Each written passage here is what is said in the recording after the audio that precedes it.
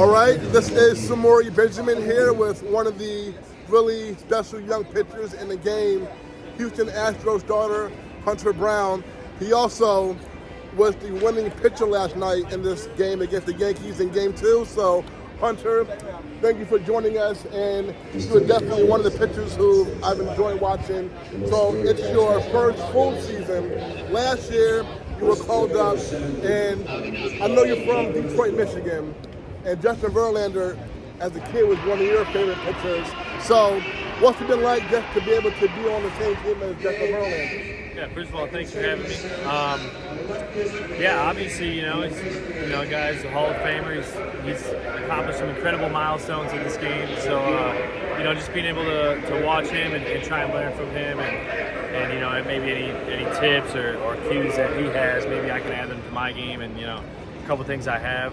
And hopefully just continue to learn from him over the, now we got him for a couple years again. So, just try to continue to learn from him and add things to my arsenal, that, maybe some things that have made him successful in his career. Everything is different for different pitchers, but I think, as pitchers talk and learn from one another, there's things that you can add to your game. Right, and so growing up in Detroit, I assume you were a Tigers fan. Yes, sir. Okay, so just as a kid, Tigers baseball, I can remember in 2012 and also 2011, they beat the Yankees in the playoffs, and they had a good team.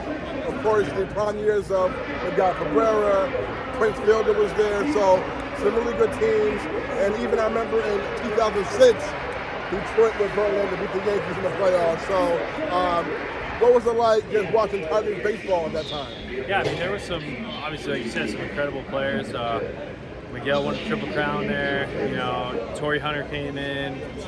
Victor Martinez was great. And then, they had some of my favorite guys in the bullpen too, like Joel Jemaya, Jason Gurley, Jeremy Bonnerman was nasty. Like they had so many different guys rolling, and they were a fun team too.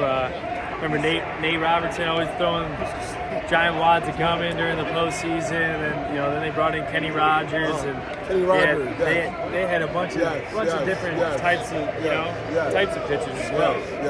Like they had the tall, lanky Doug Fister throwing sinkers, and then you go JV and Scherzer, and then later on they brought in David Price and a young Rick Porcello. Just growing up, watching those teams play, it was a lot of fun. They were very talented, very good team. Yeah, and in fact, during that time you're talking about, there was a time when 4 of those starters ended up winning Cy Youngs. And you talk about Kenny Rogers, it's funny because Kenny Rogers was a Yankee in '96. We traded for him, and even though we won the World Series with him, he really wasn't a pitcher who pitched well for them. So he caught the ire of Yankee fans, and then also, so in '06, right, 10 years later, pitching against the Yankees in the first round, and he blew them away in Game 4 to close them out, and it was just one of the worst feelings if you were a Yankee fan, so that definitely comes to mind. Now, you went to Wayne State and Division II, so you did not have the easy road to the major leagues, so to come out of Division II, you got to really be doing something. So, just how was that for you playing in Division II at Wayne State? Yeah, I was kind of a late bloomer, and I didn't really know what I wanted to do. Going into college baseball, I had an opportunity to catch at Eastern Michigan potentially and throw there as well. Wayne State head coach Ryan Kelly, they brought me in on a visit and thought that, I could really be a pitcher and produce right away. So, I took that opportunity and, tried to make the most of it. But I had, great leadership, great facilities, training staff there, other guys in the team. There was just so many great things about Wayne State and the green and gold that I learned as, being just growing up as a baseball player and as a person, So my first 2 years kind of came out of the bullpen a little bit, started as well, and, just kind of matured a little later in my junior year. Got a little velo spike, found the zone a lot more, and then was able to get drafted.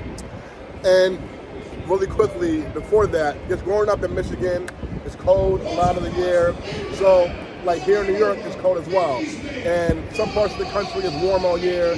And I feel like some of those athletes have a bit of an advantage because they can play all year. So how was it for you developing as a pitcher as a kid in a cold weather state like Michigan? Yeah, I actually think it benefited me. Kind of kept some innings off my arm probably growing up, and not playing as many games. Maybe you don't get as fatigued or at risk of injury. But I think from a hitter's perspective, it probably is a little bit more beneficial to play all the time and get those reps off of live pitching. But I think something about the winter and the cold weather allows you to kind of get in and get to the lab, as they say, or working in the dungeons, kind of in the background. You can really focus on your bullpens and things like that in the winter, and really try and hone in some skills and then put it to work during the season.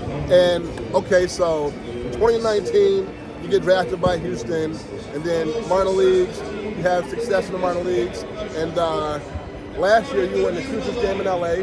And then shortly after that, you were called up to the Astros, I believe September 1st. So how was it for you just to be a part of the Futures game?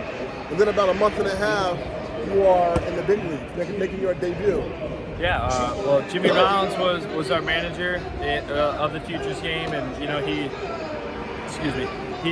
looked at the group of guys we had in there, and he said, there's plenty of you guys that will be in the big leagues, and even a couple of you guys that will be in the big leagues this year. And so I really believed I had an opportunity to do that. And then the cards kind of fell in my personal favor, not really the teams. We had an injury happen, and I got the opportunity to play. And then September call up as the roster was expanded as well. So that was kind of. What I was hoping for is to get a September call-up, but, obviously to make the most of the opportunities and try and stay on the team and make the postseason. And then obviously had this unbelievable run, and it's definitely the best baseball experience of my life, the postseason and winning the World Series. And, it was fantastic. Now, correct me if I'm wrong, I think in September last year, one of the cities you played in was Detroit, and you got on the mound in Detroit back home. So how was that like last year? Yeah, it was great. We had, I think a lot of people from my high school, from the current high school team were there, and a lot of my buddies from college were there, and friends and family, and going to that stadium growing up, it's just kind of, that was where I envisioned playing. I probably thought more of being like Miguel Cabrera hitting homers, but when I got on that mound, that was like definitely a dream come true. Obviously, it doesn't compare to making my debut in Houston, but pitching in Comerica Park, something that I thought about for a long time. It was really, really special moment for me and my family and friends and people in the area, in the community.